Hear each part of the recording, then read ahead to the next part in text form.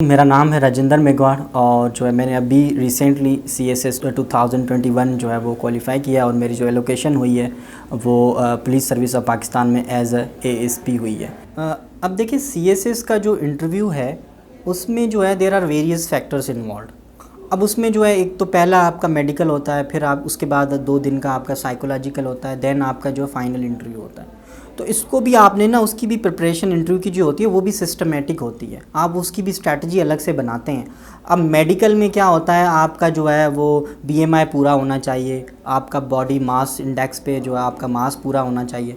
अब उसमें अब मैं जब था वो उसकी भी आपने मैनेजमेंट करनी होती है, you have to pass the medical. अब मेरा मेडिकल जो था वो आई हैव जस्ट 2 मंथ्स और फिर उसमें मेरा जो वेट था आई वाज अंडर वेट, तो BMI के तहत मुझे 62 तक पहुंचना था, बट मेरा जो टोटल बॉडी वेट था वो 52 था, तो 10 किलोग्राम मेरा कम था। तो मेरे पास जस्ट 2 माह थे। मेडिकल का एंड में इतना इशू नहीं होता, आपको फिर टाइम देते हैं, फिर आप आएँ, फिर दोबारा मेडिकल होता है। लेकिन उस जो है इससे बचने के लिए आप जो है इन 2 माह में स्ट्रैटेजी बनाए, अगर कवर कर लेते हैं तो कर लें। तो इन 2 माह में मैंने 10 kg जो है वो अपना वेट भी बढ़ाया था। वो फिर मैंने जो है वो मेरे 1-2 दोस्त थे जो बॉडी बिल्डिंग कर रहे थे, तो मैंने उनसे भी जो है वो सजेशंस ली, प्रोटीन इंटेक ज़्यादा कर लिया, एग्स का इस्तेमाल, नट्स का इस्तेमाल, मीट ब्रेस्ट का इस्तेमाल। तो आप देखेंगे CSS में आपको जस्ट पढ़ना नहीं होता, you have to manage yourself as well, अपनी पर्सनैलिटी को मेनटेन करना। तो मेरा जो मेडिकल मैंने अपने फर्स्ट गो में ही वो कवर कर लिया था। आई सेड कि यार मैं क्यों खाम का जो है वो आगे बात को लेके जाऊं, खींचूं, यहीं तक ही मेडिकल कवर कर लो, सेकंड डेट मिले उससे बेहतर है अभी इसको कवर कर लो। उसके बाद आपका साइकोलॉजिकल होता है, फिर उसको भी जो है उसकी भी आपने प्रैक्टिस करनी होती है। फर्स्ट डे आपका रिटिन पे होता है, रिटिन मॉड्यूल्स होते हैं, आपकी साइकोलॉजी को वो जज करते हैं, आपकी पर्सनैलिटी को, तो वो रिटिन का होता है। सेकंड डे आपका ओरल होता है, तो ओरल जो है वो आपका साइकोलॉजी, उसमें भी जो है आपको स्ट्रैटेजी बनानी होती है। उसमें सबसे पहले आपकी होती है ग्रुप डिस्कशन इन उर्दू। तो उसमें आपने कोशिश करनी है कि आपने अपनी जो है उर्दू लैंग्वेज पे जो है वो कमांड आपने रखनी होती है। अगर आपकी लैंग्वेज अच्छी नहीं भी है, जैसे सिंध के जो लड़के होते हैं या जो कैंडिडेट्स होते हैं लड़कियां, हमारी उर्दू अच्छी नहीं है, मेरी भी ऐसा सच कोई इतनी अच्छी उर्दू नहीं है। तो उसके लिए हमें क्या करना होता है, हमें उर्दू की मैक्सिमम प्रैक्टिस करनी होती है। आप 2 से 4 जो लड़के अभी पास हुए हैं, तो फिर आप जो है ग्रुप्स बनाएं और जो है फिर उर्दू डिस्कशन करें। वो 15 से 20 मिनट की उर्दू डिस्कशन होती है। आपको कोई भी एक टॉपिक देंगे, फिर उस टॉपिक पे आपने जो वहाँ पे गुफ्तगू करनी होती है, बात करनी होती है सिंपली। तो उसमें जो है आपने क्या करना होता है, you have to avoid speaking in English. आपने इंग्लिश का वर्ड उस टाइम पे नहीं बोलना होता। आपने कोशिश करें कि थोड़ी बहुत इडियोमेटिक अगर लैंग्वेज उसमें अगर बात करते हैं तो दैट्स वेल एंड गुड। और जो है कोहेजन हो आपकी लैंग्वेज में, बात करें तो वो जो आर्ग्यूमेंट है वो कन्वे हो एक दूसरे की तरफ, तो डायलॉग जो है वो होते हैं। तो ये आप इस पे आपने काम करना होता है। और जो टर्म्स होते हैं ख़ास करके, जैसे इकोनॉमी के टर्म्स हो गए, जैसे पॉलिटिक्स के टर्म्स हो गए, जैसे फ़िलासफ़ी के टर्म्स हो गए, लिटरेचर के टर्म्स हो गए, क्योंकि आपको लिटरेरी टॉपिक्स भी आ सकता है। आपको सोसाइटल कोई पैट्रियार्की पे आपको कोई आप पितरशाही, आपको पता ही नहीं है पैट्रियार्की को उर्दू में क्या कहते हैं, तो वहाँ पे इस तरह के कोई टर्म्स आ जाएं, आप बात कैसे करेंगे, फिर आप उर्दू के जो वर्ड्स उसमें इस्तेमाल कर लेंगे। तो कोशिश करें कि उर्दू जो है उसकी आप प्रैक्टिस करेंगे, इस तरह के टर्म्स उनकी भी, उर्दू जो वर्ड्स हैं उनका भी होमवर्क करेंगे, वो भी निकाल लेंगे, तो इस तरह से वो भी आपका हो जाता है। उसके बाद साइकोलॉजी में जो है आपको 2 मिनट देते हैं, उसमें फिर आपको एक्सटेम्पोर स्पीच करनी होती है।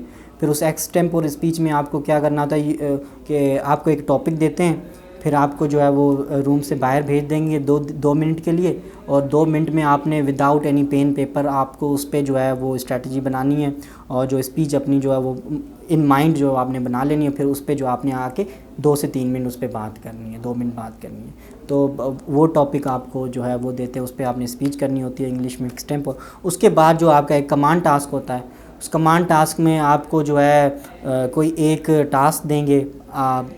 अगर अक्सर औकात क्या होता है कि आपकी जो ग्रुप की प्रेफरेंसेस होती है ना एंट्री में, अगर आपका पहला पुलिस सर्विस है तो आपको इस तरह के नौयत के जो है वो कमांड टास्क आएंगे, जो आगे जाके आपने वो चीज़ें फेस करनी है, उसको कमांड करना है पुलिस के, आपको जो है वो कमांड टास्क आ जाएंगे। तो जैसे अगर पुलिस में आप जाना चाहते हो, आपको इस तरह का जो है वो एक सिनारियो दे देंगे कि यू आर DPO फलान डिस्ट्रिक्ट, और उसमें जो है वो एक मुहर्रम का मजलिस वो गुज़रना है। तो अब उसमें क्या होता है कि वो कहेंगे कि जिस गली से वो गुज़रना है वहाँ पे जो है वो अपोजिंग सेक्ट जो है वो उनके जो बंदे वो वहाँ पे ज़्यादा उनकी आबादी है, वो कहते हैं कि जुलूस को हम यहाँ से जो है वो गुज़रने ही नहीं देंगे। और जो इमाम बारगाह जो है वो तो एंड में वहीं पे ही है, तो आपने you don't have any other way जहाँ से आप वो जो लोगों को वहाँ से पास करें। तो आप क्योंकि you are an SP of certain district जहाँ जिसकी बात हो रही है, तो अब वो कहते हैं कि अगर यहाँ से मजलिस गुजरा तो जो है वो हाथापाई पे आएंगे, हम वायोलेंस पे आएंगे। तो आपने स्ट्रैटेजी बनानी है, आपने वायोलेंस जो है उसको भी रोकना है, और जो है वो जो है वो मजलिस को भी जो है वहीं से ही आपने जो लेके जाना है, और कोई भी वायोलेंस ना हो सिचुएशन को आप जो है वो कोप अप करें। तो इसके लिए आपने जो है वो ग्रुप डिस्कशन होती है, तो ग्रुप डिस्कशन में भी 8 से 9 लड़के होते हैं जो रिसेंटली पास होते हैं। ये 8 से 9 ग्रुप्स में ही ये जो है साइकोलॉजिकल एग्ज़ाम होता है आपका। तो फिर इसमें इस तरह से जो है आप जो है बाकियों से लेते हैं, सजेशंस लेते हैं कि भाई पहले तो आप सिचुएशन को जो है वो नरेट करेंगे कि ये सिचुएशन आई है, ये इशू है, काइंडली इस पे सजेशन दें। तो सारे बारी बारी आपको सजेशन देंगे। एट द एंड जो है आपको 15 मिनट में इसको कंक्लूड भी करना है, अपनी स्ट्रेटजी भी बनानी है। स्ट्रेटजी बना के फिर आप जो है वो वहाँ पे अपनी स्ट्रेटजी भी देंगे कि इसको हम इस तरह से जो है सिचुएशन को कवर करेंगे, plan A, plan B, plan C, इस तरह से आप उसको कवर करते हैं। और उसके बाद फाइनली साइकोलॉजी में आपका साइकोलॉजिस्ट के साथ इंटरव्यू भी होता है, तो वो आपकी पर्सनालिटी बेस्ड ही इंटरव्यू होता है, उसमें ऐसा कोई आपकी नॉलेज नहीं जज करते। तो वो देखते हैं कि what kind of personality or a person you are. तो उसमें आप पर्सनल नेचर के होते हैं, जेंडर पे भी पूछ लेते हैं आपको कि आप जेंडर सेंसिटिव हैं नहीं हैं। तो वो सारा कुछ इस तरह से 20 से 25 मिनट का वो होता है। उसके बाद फाइनल इंटरव्यू आता है, वो पैनल के सामने होता है। वही जो है वो depends on that panel interview के आपकी पोजीशन कौन सी आनी है आप, क्योंकि एक एक नंबर पे जो है 10-10 पोजीशंस चली जाती हैं। अगर इंटरव्यू में आपने जो है 10 नंबर भी किसी और से ज़्यादा ले लिए तो 10 नंबर्स पे 50-50 पोजीशंस का गैप आ जाता है, 30-30, 40। तो वो एक डिसाइसिव जो है वो फेस होता है आपकी लाइफ का इंटरव्यू। तो उसमें देखें जो पैनल इंटरव्यू की तैयारी होती है वो उसकी आपने अलग से स्ट्रेटजी बनानी होती है, वो पैनल ओरिएंटेड होती है। उसमें जो है आप देखें कि रिसेंट ट्रेंड क्या चल रहा है, कि आपको पता लग जाता है कि आपका अगर इंटरव्यू 15 दिन बाद है, उससे पहले इंटरव्यू स्टार्ट हो रहे हैं, तो आपको जो है वो अंदाज़ा हो जाता है कि इस साल किस किस्म के क्वेश्चंस हो रहे हैं। तो आप उनसे पूछ लेते हैं बाकियों से भी।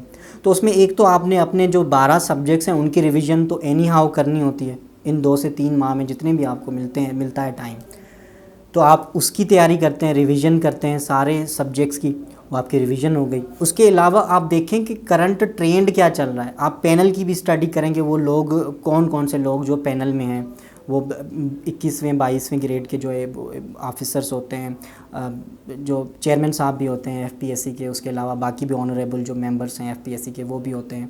दे आर हाईली क्वालिफाइड पीपल, और 40 से 50 साल, 30-40 साल वो जो सर्विस में सर्व करके आ रहे होते हैं उनके, तो उनकी भी स्टडी करें कि वो अब जैसे अभी हमारे जो पैनल में नफ़ीस ज़िक्रिया साहब भी थे, तो वो जो है यूएस के, यूके के और एम्बेसडर्स भी रह के आते, more than 25 countries he had served. तो अब उनका उतना ज़्यादा एक्सपोजर था, वो सारा कुछ उनकी भी स्टडी करें, क्योंकि फिर वो जो है अभी रिसेंटली देखें कि अगर कोई पैनल में अभी रिसेंटली किसी कंट्री से आए हुए हैं, तो हो सकता है वो उस कंट्री की हिस्ट्री पे, उस कंट्री की जो आपका ऑप्शनल भी यूएस हिस्ट्री हो, और वो बंदा जो है यूएस में एम्बेसडर भी रह के आया हो, तो उनको तो पता होगा पूरा यूएस हिस्ट्री, यूनाइटेड स्टेट्स का कल्चर, सारा कुछ पॉलिटिकल हिस्ट्री।